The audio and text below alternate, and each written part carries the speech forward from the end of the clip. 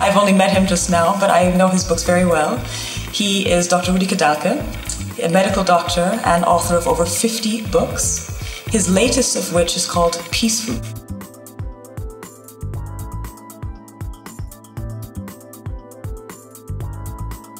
There's several reasons. I was part of the peace movement, and was a hippie in 1968, and all this came back for me positive. Okay. And I have a little bit of feeling now, we are in a similar time now, things have to change. Yeah, absolutely. So as we felt 68, those years can't stay like this. Right.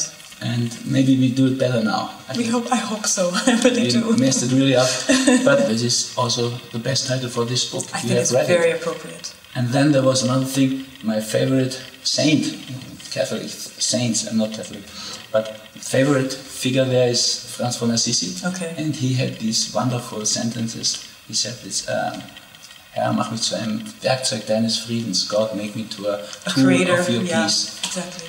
And this was, this is in the Christian tradition direction I feel very much. So I do a Buddhist meditation and spend my winters in Bali, very near to Hinduism in Bali. And I think in Christianity this is the direction I feel the most. And that was another reason to call it Peaceful. Okay, I like that. I really was attracted to the title. I think really we don't get peace on earth as long as we take so much in our part of the world and have so many people suffering from hunger and dying from hunger. It won't work. Exactly. And we don't find peace in us.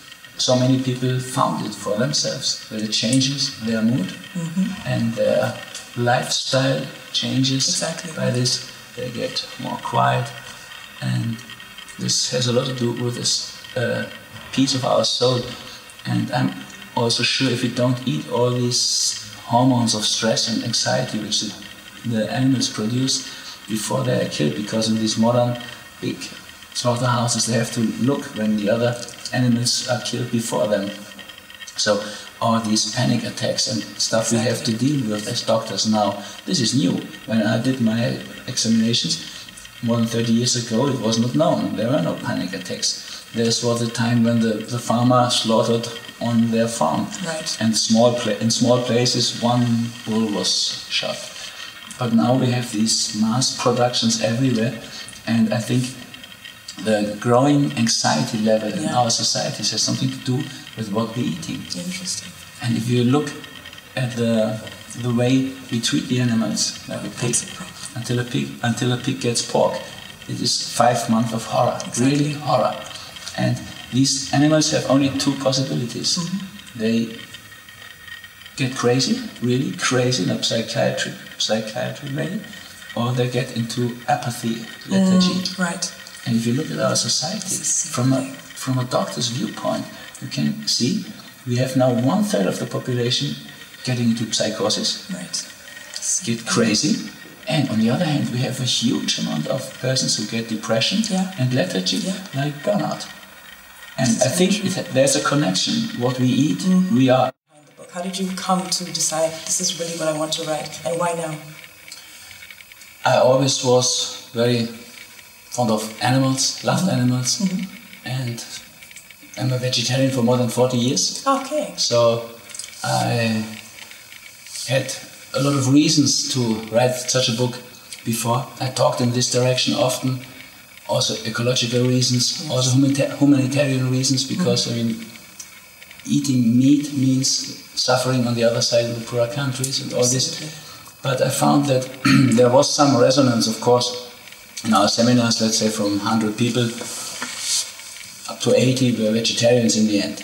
Okay. But in general, we have a rising amount of meat we eat in a country like Germany. And when I first got this notice in English in those days of Colin Campbell's China study, then I thought, okay, this is the point where I can bring over this message I always had already. Exactly. So this was not, this convinced me, but it gave me the arguments, you know, to tell people, look, it's not only we kill people in a horrible way, we make them suffer in a horrible way, we make even people suffer, and we ruin our environment. Exactly. You ruin your own health in a horrible way, and this really impressed me. And there was one thing which shocked me also, because I never drank any milk on my own since breastfeeding was over. Oh. I didn't like it. I was really very much against it. My feeling was against. Okay. But of course I ate milk and mousse au chocolat and all this, you know, and tiramisu. Right. And the same with eggs. I wouldn't eat eggs. You didn't eat eggs? I didn't eat eggs, but they are always mixed in every cake. So I could have realized not only the vegetarian direction, but the vegan direction years ago, 40 years ago. But I didn't. We were so trained in this, that meat gives you power and strength, and milk keeps your bones healthy. So I wanted to speak about the central message in your book. I think the essence is, if you want peace within us and with the world, you have to live peaceful. Okay. And also to eat peaceful. Okay. And that means we stop eating other feeling creatures. Okay. So it's more or less a Buddhist way of looking at it, but also the way Francis looked at the world. How would you propose that they begin to change their eating habits, incorporating more fruits and vegetables into their diet? It's not an easy task. No, it's not so easy, but this book is really doing well. In these 5 months, it's almost 40,000 on the market. What they really get very well, vegetarians become vegans. This is no problem at all. Yeah, exactly. The problem is what happens to those ladies, mostly they are ladies, who get this book because they read a lot of books before from me and change to vegan. What happens to their husbands? This is a real problem, because they read this and they feel the idea, but also there's a solution. We have now a very even broad tendency we always had in Taiwanese kitchen. The Taiwanese always eat vegan, and they have this make-believe meat, I would say, call it, made of seitan. Seitan is on the wheat basis, and this I prefer. On the other hand, we have soya and tofu. And out of tofu and seitan, you can make almost every meat, or imitate every meat. And there are more or less different levels, and we have to look where someone is and to get him there and invite him to this new way of eating. You mentioned tofu, and that has a bit of controversy these days. Yeah. The first thing is very easy to explain to men. Tofu, soya, brings the estrogen up. Okay. That's why the Asian women don't have these problems in midlife. Okay? Right. And if you feed a boy with bottle milk of soya milk, there are results like 500 times the normal estrogen level and things like this. You shouldn't do that. Okay. And if men are really eating a diet on tofu basis, they get round forms like women. This is not what we want. Okay. And there's a lot of gene manipulation with tofu. Precisely. With the soya. So if you get real good soya from bioproduction, as a woman you can eat this, no problem at all. As a man, I would be very, very respectful to this. Eat it once, twice a week, not more and not a lot. And then the way they produce it in Latin America is also horror. So there are a lot of reasons against tofu. And I would be very careful about tofu and prefer seitan.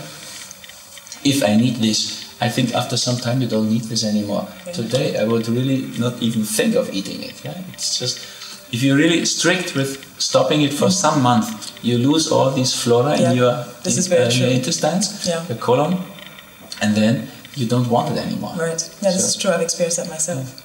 So I would recommend to make it easy for an easy change, to do it strictly.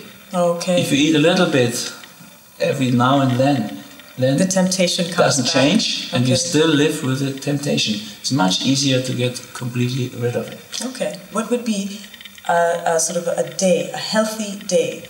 Again, it depends on where you are. I would recommend to get up early, like Indian people do, and then I would recommend to eat something a raw cost, which brings your serotonin up. Then I do a meditation for half an hour or something. I would recommend this anyway. It's the best way to start a day. Then I would do something which is really important to me.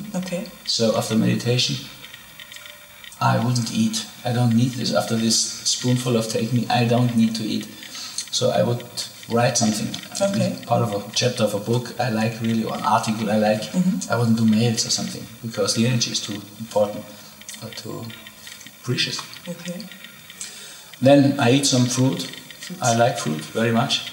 Depends in winter, of course, for some people. This is from constitution, it's too cold. Exactly. This is my problem always. Yeah, so I lived 1 year completely on raw things, but it was in winter time, when with freezing temperatures, it was too cold for me. So vegan food is not per se healthy. Yeah, you can eat, you feed on white sugar, this is vegan. Precisely. But this is not what I mean. I think this is a very important point. If you want to really have a healthy diet, they have to be whole wheat or whole food. Whole foods. And they should fit to your type. So if you're a type with a tendency to sweating, to high blood pressure, you can tolerate more cold food. If you're someone with a low blood pressure, never sweating in the sauna, then you need more warmth from the food also. Yeah. So ingwer makes you very warm. Ginger, yes. Ginger makes you warm, and peppermint tea makes you cold. So you have to look at this. This I would feel very important. Whole food, and you look at your type, and you leave out everything which is a cancerogen, for example, like protein of animals. So, I mean, first thing I would tell everybody, not endanger their lives. And by eating, by smoking, by eating these hardened fats, saturated fats, and food is not everything. There's also water. It's very good to have good water, and even this is not everything. There's always the psyche. That's how I started all my books and my working, looking at the psyche, at the meaning of the things. Also the illnesses, so disease as a symbol is such a theme which made me popular. But the body is also important. It's the basis we live in, and we have to be careful with the body. To be good to the body, so that the soul enjoys to live in this body, like this Teresa von Avila said. Peace food, unfortunately, is not yet in English, but I'll do my utmost best to ensure that it somehow does get translated. It's a fantastic book, and so thank you once again.